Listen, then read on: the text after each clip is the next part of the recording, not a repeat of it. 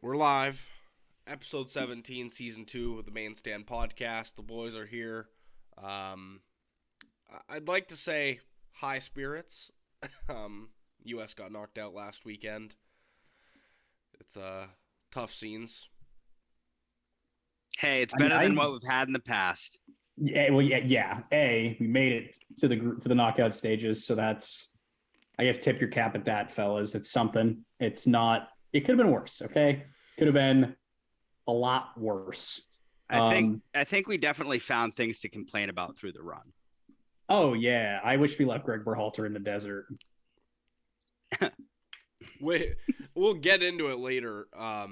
But supposedly Berhalter and the USSF have started negotiations on a new contract, possibly.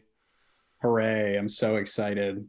Second cycles for international managers is never good news usually, so Great. I'm really thrilled to hear that. I mean, we can just talk about the U.S. if we want to just go like in the order of the round of 16, do a yeah, little was the first game. do a little run through. It Let's was. just kick it off with that. It's just the difference in quality ultimately between European and like CONCACAF competition. The Netherlands just took every chance they got. The first chance they had when they went down the field, they made it 1-0. The second chance they got when they went down the field, they made it 2-0. A couple of good saves from Turner kept us in the game. A goal that felt unintentional. Yeah. Very unintentional, but very fun. Yeah, it was awesome to see it happen, but it felt pretty unintentional. Made it 2-1, and then the next big chance the Netherlands got, they took it, and that's really all it was. At the end of the day, it's on us for talking shit about Daily Blend and having him score that second one really hurt. It hurts the Yeah, when he soul. scored that, I was like, of course. It's like the commentator's curse, but it's different because it's us. There's not enough 9 a.m. alcohol that will hurt that wound or There was or make that wound heal. Sorry. there was enough throughout the day that I got over it. Yeah, there was enough throughout the day, plenty. Um, I think it was a master class by Louis Van Gaal in terms of his setup for the day. Really just killing our flanks. Denzel Dumfries was definitely their man of the match, I think. I mean, he just killed us all day Yeah, I would long. completely agree with that. It was It was naive kind of for Greg a to not see that or like make changes, as a result, because we just got absolute. The third goal, especially, Dumfries is fucking. No one's within a mile of him on the back post. Yeah.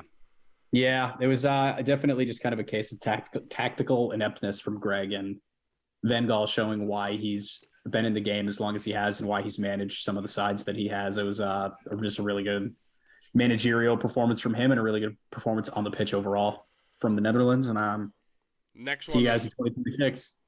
yeah, yeah, on to 2026 and 2024. We're gonna be in the Copa America as well. Looks like Yep. That's true because we're hosting it. yes. So Next one, another game we watched together. yeah, Argentina, Australia. The Argentinians come out on top. Lionel Messi gets a goal. Was great on the night. Yeah, gets his first knockout goal in the World Cup, actually. Was that his first? no, Yep, first goal in the knockout stage of the World Cup. It's a couple of assists in the knockout round, but yeah, no goals. No goals until this weekend. Yeah, that was Your boy Julian scored as well. yeah, it was a really good day for me in the Argentina game, at least. My two guys on the team both scored goals. Great finish from Julian, phenomenal finish from Messi. I think that I was one of was. the better Messi performances we've seen at the international level. He was running It that was. game from start to finish. It was. And I do have to just kind of say it really hurt. Soccer got knocked out of the World Cup in one day. Uh Shout out the Socceroos though, because I was riding with Argentina since the World Cup preview, or Australia since the World Cup preview, and they put together a shockingly good side. They were hard nosed and they really ran at Argentina and played their game, and it was a fun 2-1 game. For sure. Josh, any final thoughts? On Argentina, not really. They have the Netherlands next, which will be a much harder game. They can't, give up any sloppy goals like that Enzo Fernandez own goal at the end for Australia. But they move on nonetheless. Mm. France Poland's the next one. That one finished 3-1 to Les Bleus. Not much of a game here. It was 3-0 at one point before Lewandowski got a late penalty. Mbappe looks on fire. Yeah. He looked really good in the group stages. He's carried that straight into the round of 16. Matty Cash France actually played him pretty well, I thought. Agree. Yeah, I think they played him well, but ultimately, I just think he'll find a goal. He's phenomenal. I thought overall France were really good. Another great World Cup outing for Giroud too. He breaks Henry's record this game, becomes France's all-time leading goal scorer. I love Giroud. He's the man. He's interesting. I think he's kind of a wanker sometimes. I love him, dude. He's handsome, and his fucking highlight reel is absurd. I love Olivier Giroud. He kind of gives Zlatan vibes in terms of like arrogance. Yeah, but he's better looking than Ibrahimovic, so I'll let it slide. That's true. And then not much else to say about Zlatan's a man rocket. No. Yeah, then we had England-Senegal same day, kind of same thing. It was a really good England performance, 3-0 win. Crazy what happens when you start Phil Foden. And Jordan Henderson. True. It's true. It's true. Captain, my captain. It's actual. Jordan Henderson and Jude Bellingham celebrating together. Make of it what you will, I guess. Josh, I don't know if you saw the. I saw the rumors. No, well, the video of the Real Madrid fan in the hotel lobby that came out like a few days ago. That all this World Cup drama with Bellingham to Liverpool. I just want Captain Hendo and Special Agent Trent to keep on winning. Let's take home a World Cup together and then bring them on home. Hendo could get a lifetime contract if he brings Bellingham to Liverpool. It's going to be great when we see him in Sky Blue in August. We'll see. It's going to be great. But just really comprehensive England performance. Yes. Phil Foden, my man of the match in that game, honestly, involved in 2 of the goals. He was great. Yeah. I just thought we're good. I do think, Josh said it, but I will give the praises where they're due. Henderson was really good on the day too. I think he brings a lot of energy to the England midfield. He adds it kind of a different dynamic. And then Bellingham was Bellingham. He's class, man. Before we leave this game, I do want to bring up just kind of like a funny comparison point. Dele Alli at 19 was probably as good as Bellingham is right now. So I hope the Bellingham can carry on and doesn't end up like Dele Alli. I think, I don't remember the pundit, but they made a very good point that England need to be very careful with the media and how they treat Bellingham. Yeah, it was Yaya Toure. Yeah. Yaya said that England need to be very careful with the way that they treat Bellingham because, like he said, Dele Alli was just as good as Bellingham when he was 19 as well. And his career just really didn't develop that well. So I'll be interested to see where Jude goes, how that affects him, and if he, can carry on in the trajectory that a lot of people kind of have him on. Yeah. I would Do you think him kind of coming to this level of success outside of the Prem is going to change that? Or is it really just kind of these things happen when players change clubs? I just think it's a case of these things happen when players change clubs. But I think Bellingham has it in him. I think he's going to be a really good player, and I think he'll come good. And I don't see him following that the Dele Alli path. Yeah. I think as long as you stay out of the spotlight too. Dele Alli, I think, got a little bit maybe too into himself in those early years. Yeah, I would agree with that. The next one, first game on Monday, Japan-Croatia. My boys, the Samurai Blue, score the first goal against Croatia. Take the lead before being equalized by Ivan Perisic. And then ultimately fall out on penalties after a pretty miserable display on pens. I don't understand, too, that the manager doesn't play Minamino pretty much the whole tournament, puts him first on penalties. He's taken 1 penalty his entire career, and he missed it against Leicester last season in the Cup. And he puts him first to start, and then Japan goes on to miss 2 more penalties after that. In Croatia, it's pretty much a walk in the park, when the other team misses 3. Yeah, I mean, shout out Japan. They kind of exceeded expectations for sure. Croatia are always going to be a tough side to beat, so I think we can feel the same way about Japan as we feel about the U.S. They got out of the group. Yeah, side to look forward to as well. They have Yeah, a lot of really young players. They're not going to Yep. be a side that goes away. right. Yeah, but I mean overall, uh, tough, but kind of to be expected when they're facing quality at the level of Croatia, who are a little bit more Yep. seasoned Yep. than For the sure. Japan in those situations. Next game, we barely even have to talk about. Brazil fucking mollywopped South Korea. Yeah, and danced on their graves. Yeah, that was 4 brutal. unique ones. Richarlison's goal was incredible, Yeah, but that was a really nice run of play, I have to say. really, really well worked goal. Brazil looked like the real deal. They're a really good side. I've been super impressed with them the entire tournament, and I think with Neymar back, they're very, very favorable to win this tournament right now. Yeah. Good for South Korea to get a goal, though. Right. Yes. Yeah. The biggest surprise, the one surprise, Absolutely. Morocco and Spain. This is like a big brother little brother game. Obviously, they're only separated by 12 miles across the Mediterranean, and the little brothers came out on top. Ended 0-0. Goes to pens. Another fucking horrific penalty show. It's like a how-to video of how not to take penalties.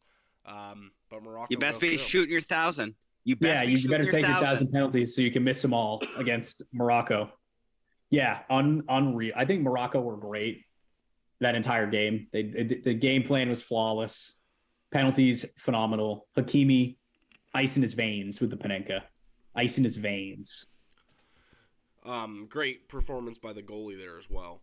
I Oh just yeah, Bono made himself a hero. too many stupid run-ups in this World Cup for fucking no. penalties. It's so annoying.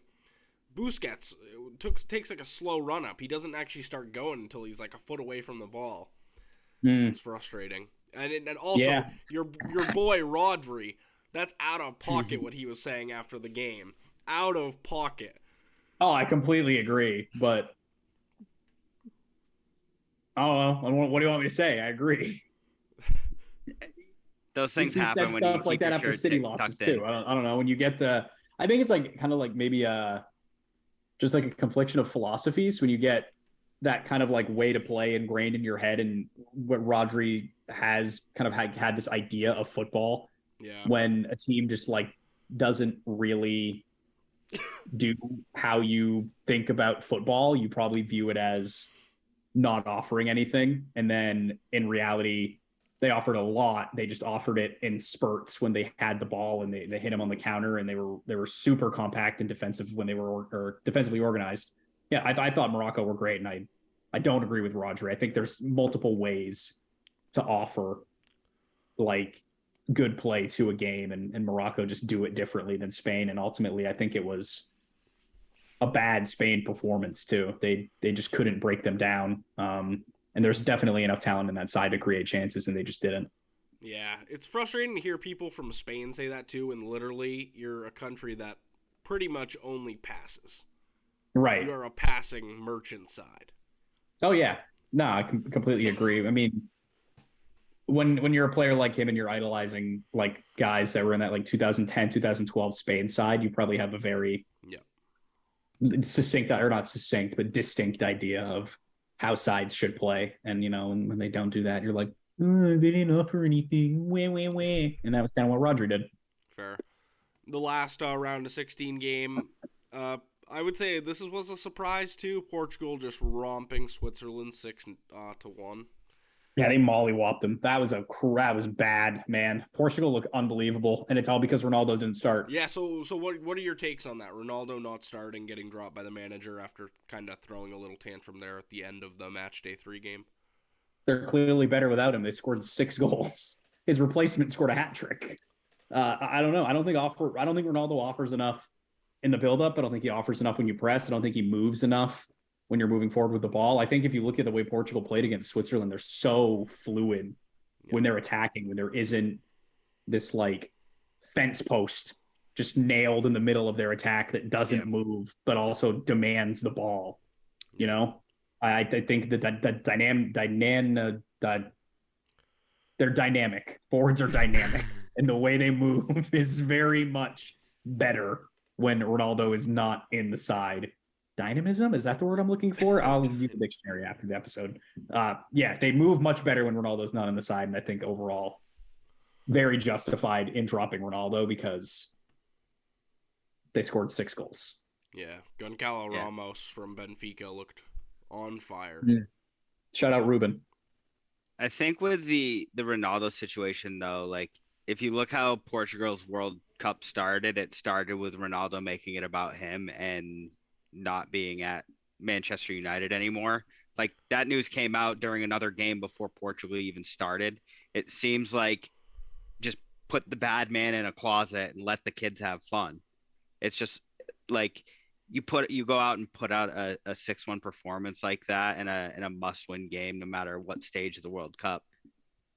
Kind of speaks volumes. Yeah. Like I said, they're better without him. And I think that game just showed it. He's probably great coming off the bench, break down a little block. Maybe when you're losing and they're sitting in, whack the ball into Ronaldo, you're going to have all the possession in the world. But in an open game, and in a free flowing game, in a game where you kind of just want to open up defenses and score a bunch of goals, Yep. Ronaldo's just not that guy anymore. He's just not. We'll Feels move so right good on on his into the little Messi quarterfinal. throne. What? I said you feel so good on your little Messi throne now. No, it's great. Yeah, I love it. You would never see Messi getting dropped in a must-win World Cup game. Never in a million years. Yeah, we like Josh was saying, we can move into the quarterfinals. Yes. Croatia, Brazil. Josh, give us your thoughts. I feel like you haven't talked enough this episode. Let's give you some time to. Partially because of the dying coughs. That's you can fine. hear in the background. I see this one being a pretty low margin game. I think it's gonna stay probably under the 2.5 goal mark. And Croatia could take Brazil to the distance too. They've gone to penalties in 3 of their 5 last knockout matches, excluding finals. And I think they'll give Brazil a test. I think ultimately Brazil will kind of hold them out. I think Brazil's offense is just too strong. Brazil will definitely score on the night. Croatia, I don't think won't. Perisic is their probably most lively option going forward. They've changed the strike option, I think, 3 times now in this tournament. They don't offer much from the right.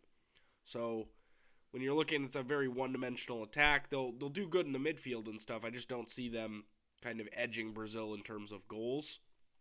So Yeah, it's pretty straightforward for me. I would agree with all that. I like Brazil in this one. I think Brazil win. Taking Brazil 2-0. Allison's first real test was against that South Korean side. And I just think Brazil are just riding too hot right now. Yeah, they're unbelievable. Next one tomorrow after time of recording. So Friday, the day you're listening to this one, which hopefully you guys are listening to it before the games. Yeah. Netherlands, Argentina. This one is good. This one's got a lot of potential to be quite the game. You're going to have Argentina, who won all the possession in the world, death by 1,000 cuts, lots of intricate play. They like to hold the ball. They like to slow it down. They like to let Messi kind of do his thing in the attacking third. And then you've got a Netherlands side who just, 5 at the back, nice and compact, hit you on the counter, super organized, in their breaks, and also a lot of like really good work on the outside to make sure that like no matter what happens, they've got numbers to stop or break up counterattacks. Frankie de Jong's been having a really good tournament. I do favor Argentina here in this one, though. I think they're kind of starting to hit their form just at like the perfect time. The goals are starting to come. They look a lot more in control of games. They are definitely prone to give up a freak goal. So I do think that Netherlands will get one. It's when will the Netherlands get one? If Netherlands score first, I think it's a really tough night for Argentina. But if Argentina get the first one and kind of make the Netherlands open up and come out and attack them, I think that really does play into their favor. So I think this game is going to be won on the first goal, if that makes sense. And maybe it doesn't. It's like saying this game will be won in the midfield. It's the most like pundit thing to say. But I think the first goal really does decide the ebbs and flows of this game. I think it really does change the whole dynamic. But yeah, I'm saying 3-1 Argentina. I take Argentina. Oh my god. I take Argentina in this one as well. I think their defense has conceded like 1.4 xG over 4 games at the World Cup. I think the Netherlands, I share the same concerns as I did before the U.S. game. I don't think their offense is necessarily good enough. They're not going to have the same success down the flanks they had against the United States. And Argentina, like Pat said, the goals have been coming. They've scored 2 in each of their last 3 matches. I just think they have more on the night, with especially Messi playing, who is an X factor.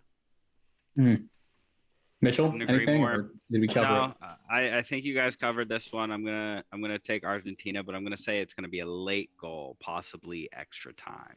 A nice little 1-0 Lionel Messi winner in the 111th minute.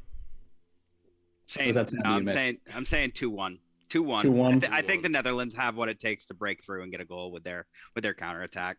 in the yeah, okay. I like it. Lionel Messi 2-1 winner in the 111th minute. Cool. Yep. Nail it on. Saturday's games.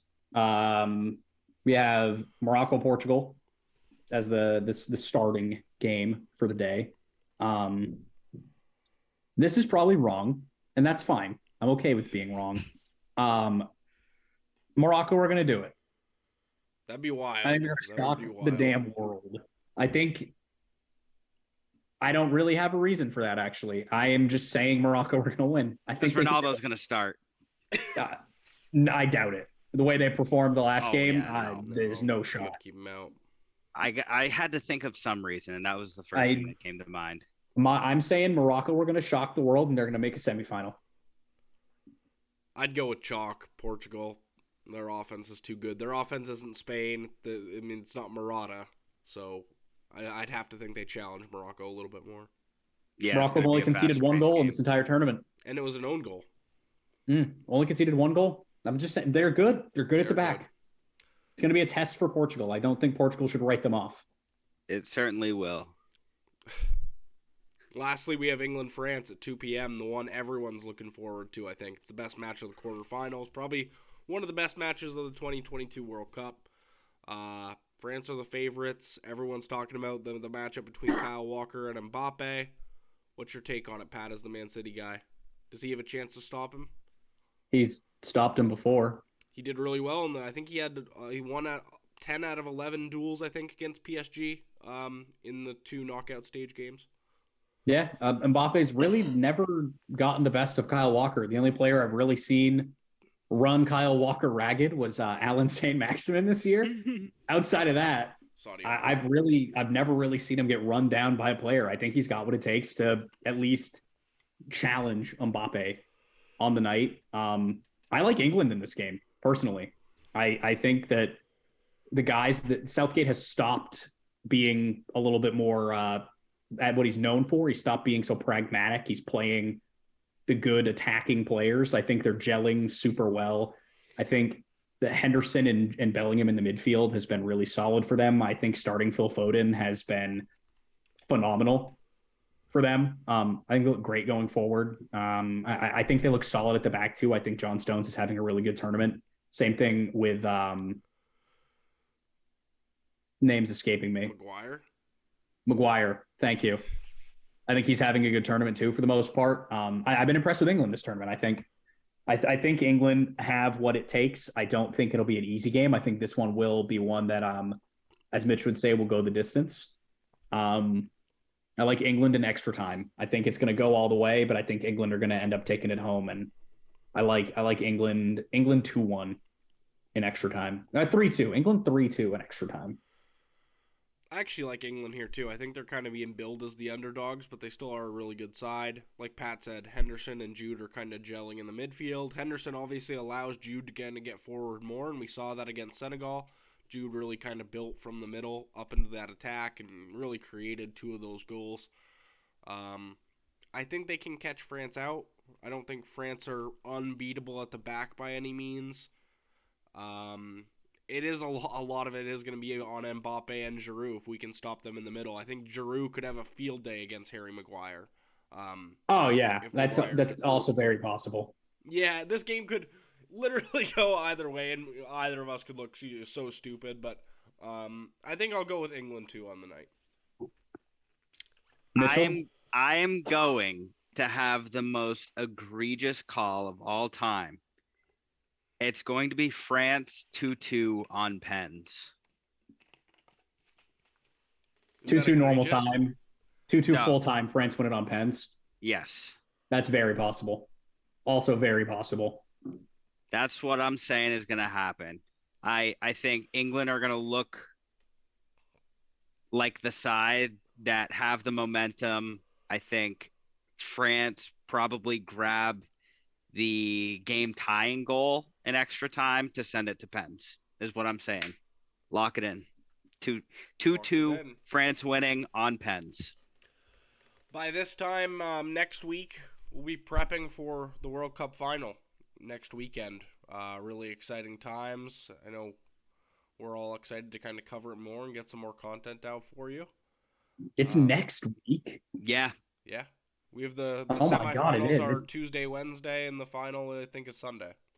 Sunday Yeah, it's in the 10 18th. days. Holy 10 shit. days away. Yep. Oh, that means there's like 3 weeks until club football's back. Club Oh, football's yeah. already back, baby. We're back in Dubai training. Preseason games coming soon. Arsenal played Little, today against Lyon. little preseason pickleball for the Liverpool lads. Yeah. We're going.